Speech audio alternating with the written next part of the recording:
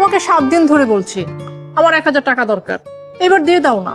আরে দিব দিব, এখন নাই পরে দিই, যাও।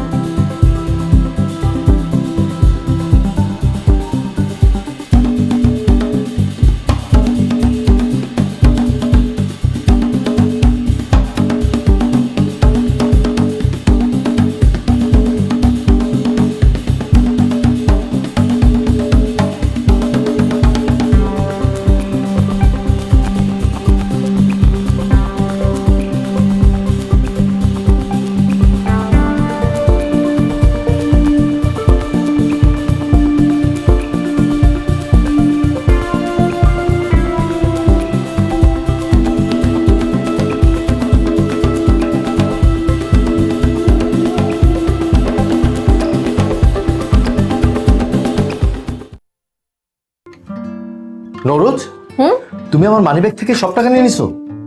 হ্যাঁ, তোমার মানিব্যাগ থেকে আমি টাকাগুলো নিয়েছি। শুধু মানিব্যাগ থেকে না, আমি তোমার বিকাশ থেকেও টাকাগুলো নিয়ে গেছি। আরে তোমাকে আমি টাকাটা দিতাম তো, সব টাকা নিতে হয় কেন? আচ্ছা, ওটা পরে দিও, কিন্তু তোমার সমস্ত টাকা একদিনের জন্য আমার কাছে থাকবে। প্লিজ এটা মেনে নাও। আমার খরচ আছে না, আমি অফিসে যাব। তো তোমার অফিসে যাওয়ার ভাড়া আমি দিব তো, বলো কত দিব বলো। কত দিব মানে? আমার অফিসে খরচ, আমার যাতায়াত খরচ, কত টাকা লাগবে আমার? আচ্ছা, তোমার অফিসের ভাড়া কত লাগবে আমাকে বলো। ভাড়া হচ্ছে 60 120 টাকা। ঠিক আছে, তোমার 120 টাকা আমি দিচ্ছি। এই নাও 120 টাকা। কিন্তু আমার দুপুরের খাবার? আমার কাছে চাইবা, আমি সাথে সাথেই তোমার কাছে পাঠিয়ে দিব। কফি খাবো, সেটাও পাঠিয়ে দিব। আমি জানি না তোমার মাথায় কি চলছে। প্লিজ একদিনের জন্য, কালকে সব দিয়ে দিব পাক্কা, প্লিজ। ঠিক আছে, গেলাম অফিসে। খুদা হাফেজ। আল্লাহ হাফেজ।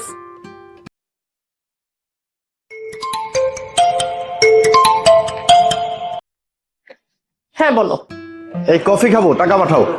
কত দিব? 500 পাঠাও। 500 কেন? আর বারে বারে তোমার কাছে আমি টাকা যাবো নাকি? পাঠাও 500। যখন যা লাগবে চাইবা। এখন বলো কফির দাম কত? তাহলে 60 টাকা পাঠাও। ওকে, চেক করো, পাঠাচ্ছি।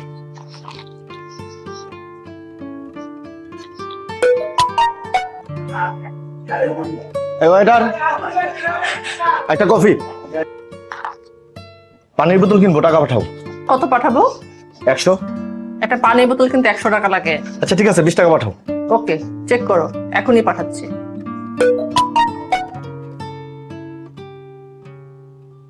দাও, আমার টাকা দাও। আরে আরে, এত রাগ? তাড়াতাড়ি দাও। আমি দিয়ে দিব তো কালকে। আমাকে এখনই দাও। আরে সারাদিন আমি পেরেশান হয়ে গেছি, যখনই কোনো কিছু দরকার হয়েছে তোমার কাছে আমার চাইতে হয়েছে। তার উপর তোমার আবার প্রশ্ন, পানির বোতল কত টাকা, কফি খাইতে কত লাগে। আরে পুরুষ মানুষের এভাবে চলে নাকি? টাকা ফেরত দাও, অনেক হয়েছে। একদিনই প্যারেশান হয়ে গেছো? তাহলে একবার ভাবো আমার কেমন লাগে। প্রতিটা দিন আমি তোমার কাছ থেকে টাকা চায় চায় নেই, এবং প্রতিটা টাকার হিসাব আমার তোমাকে দিতে হয়। এই বিষয়টা তো বছরের পর বছর আমার সাথে ঘটছে। তোমাকে যদি আমি হিসাব করে টাকা না দেই, তাহলে তো তুমি আমার ব্যাংক ব্যালেন্স সব উড়ায় ফেলবা। একজন স্ত্রী খুব ভালোভাবে জানে তার স্বামী কত টাকা কামাই করে, এবং সে ওই হিসাব অনুযায়ী তা খরচ করে। কোন স্ত্রী কিন্তু এটা চাইবে না যে তার স্বামী তার স্ত্রীর পিছনে খরচ করতে করতে ভিখারি হয়ে যায়। এই কারণে যখনই তোমার কাছে টাকা চাইবো, তখন তুমি এটা মনে রেখো আমি কোনো না কোনো প্রয়োজনে টাকাটা চাচ্ছি। একটা বিষয় কি জানো, বিয়ের আগে সমস্ত ছেলেই মেয়েটাকে মিথ্যা বলে যে আজ থেকে আমার যা আছে তা সবই হচ্ছে তোমার। কিন্তু মেয়েটা বিয়ের পরে বুঝতে পারে যে এই সব কিছু পাওয়ার জন্য তাকে সবসময় চাইতে হবে টাকা, ভালোবাসা, অনুভূতি, এমনকি সম্মানও। সবকিছু মেয়েটাকে চাইতে হয়, না চাইলে সে কিছুই পায় না।